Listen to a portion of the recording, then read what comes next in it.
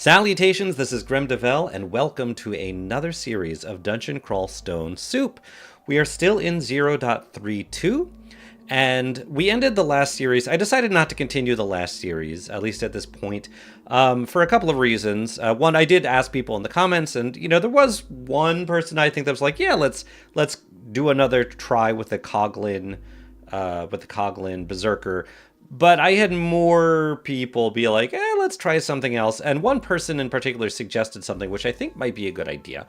And also the last session I feel like that we had in that series was a pretty epic, like we lost, we lost, but it was a really epic failure. I felt like it was a really fun and good way to go down. Plus we got to basically experience everything the Coglin had to offer. We got to level 14 and got to experience the gizmo. So we're gonna move on at this point.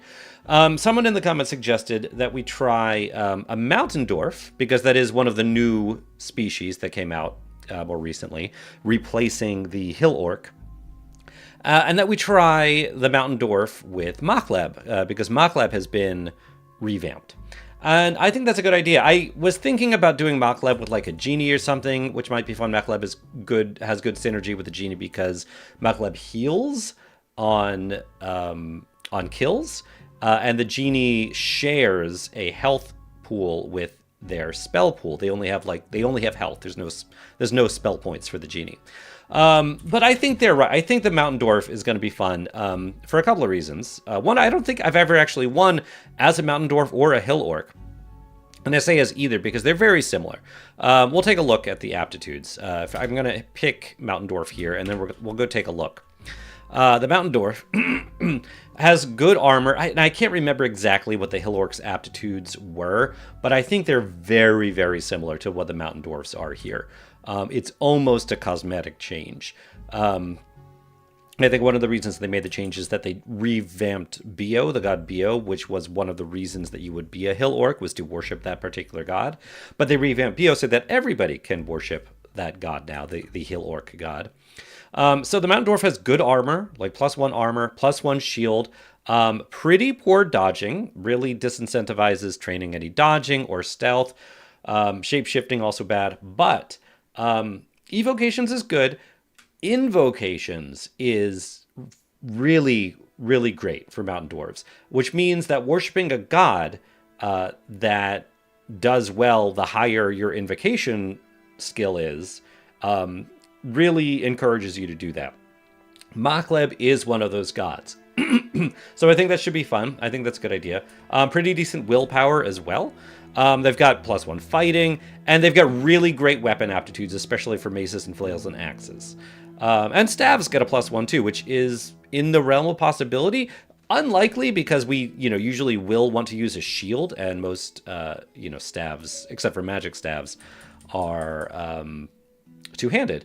Not great range combat either. And really terrible spell casting, with the exception of they get a +1 with necromancy and a +2 for fire and +1 with earth. So actually decent spell schools in a few schools, but the spell casting skill in general on the far left there is pretty dismal. So that kind of disincentivizes you from doing any spellcasting at all. That said, if we find fire magic early on, that might be something that we want to get into. Cool, so we're going to do that. And I think in particular, because we want to embrace and explore the changes of Makhleb, we're going to do a monk, which, is recommended here. Monks start with a simple weapon of their choice, an orb of light, a potion of divine ambrosia, and gain additional piety with the first god they worship. So you start with 1 or 2 pips of piety with that first god. So I think that's going to work out really well for us. And monk is actually a pretty survivable starting point. I think you start with a decent amount of strength. You start with a good weapon. So we're gonna do that. We do have to make a decision. Sorry, I'm kind of recovering from illness, so I still have a residual cough. We need to decide whether or not we're going to go maces and flails or axes. There is some synergy there because there's synergy. There's cross-training. So, if you choose one, you'll still get a little bit of the other, so it wouldn't be too hard if you find an amazing weapon of the other type to kind of just switch midstream. And I know we did hand axes. I know we did axes in our last run with the Coglin. But I think, do I want to keep going axes? You know what? I'm not certain. You know what? I feel like let's do maces. I was thinking axes, and all of a sudden I'm inspired to do maces. Again, we can switch if we really need to. Maces cross-train with axes and staves, and I think axes don't cross-train with staves. Maces, I don't know. I'm not going to explain my choices. It's more of a gut feeling at this point. I'm going to, so unfortunately the monk does start with a bit of dodging, which is not great for us. I am going to immediately turn that off. I'm so sorry. I don't even have water next to me. The dodging skill, I would ordinarily just train it to 3.0 just to get it to an even number. But because our skill is so bad there, you can see it costs us a whole 5.0, like 5 whatever experience weight. I'm not sure what that math is, in order to get dodging up, whereas everything else is way, way lower. So in order to start out strong and get our skills up faster, I am just going to turn that off immediately, turn on armor. And we're just going to start with fighting maces and flails and armor, and I'm going to, I am going to, brain is not working. I'm going to, train harder. I'm totally blanking on the word. Focus is the word. Focus on maces and flails. So that gets the most XP. And again, even if we switch to axes or staves, it's still going to help us. We start with very little. As soon as we find any armor, we're going to want to don that. The Orb of Light is actually pretty helpful. The Orb of Light that we start with, it means that people can't be invisible around us. So just having this in our inventory means we'll be survivable if we, for instance, come across an unseen horror. But also it increases accuracy against everything other than us.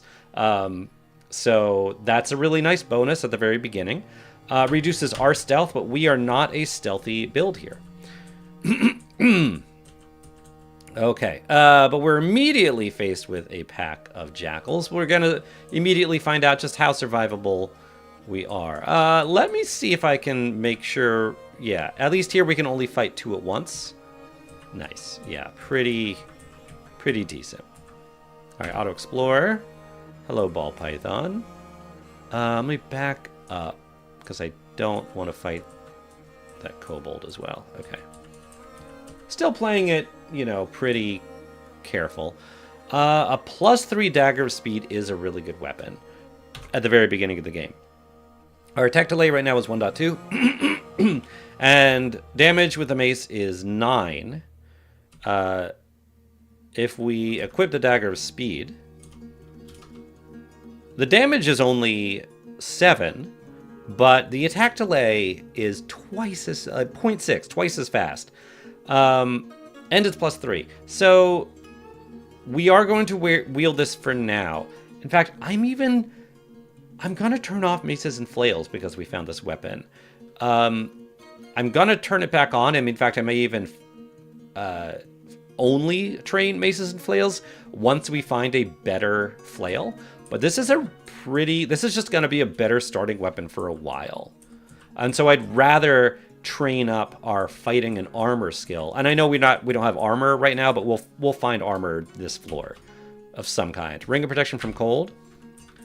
Even if it's just leather armor, that's going to be much better, and our armor skill will help that. Okay.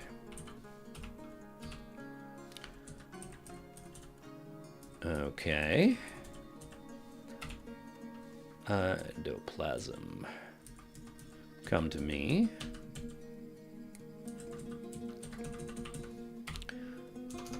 Hold on. That was too fast. Okay. I thought maybe that kobold had a magic weapon, but they did not. All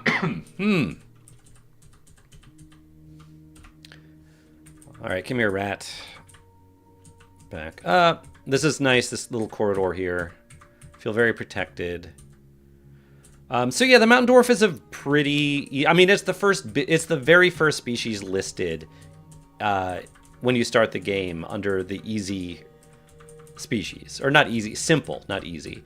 That is a important distinction. We're going to go pure strength probably every time. If we find really good magic, there is a possibility we might want to increase our intelligence, but probably not, because I think the more important thing is we're going to probably want heavy armor. So if we want to be able to cast spells while wearing heavy armor, we're just going to need a lot of strength. All right, so we did find some necromancy spells, including Bjornur's Vile Clutch, which is one of my favorites. And you know what? We actually do have a +1 in necromancy and earth. So that's interesting. That's, yeah. That's a possibility. Not right now, because like I said, I think it's going to be more important for us to have high armor. So we'll definitely want to get our armor higher before we train. I'm not going to take the Dagger of Pain. Before we train any magic. But, ooh, well, that's fantastic. That plate mail right there. Really high tier armor in Dungeon 1.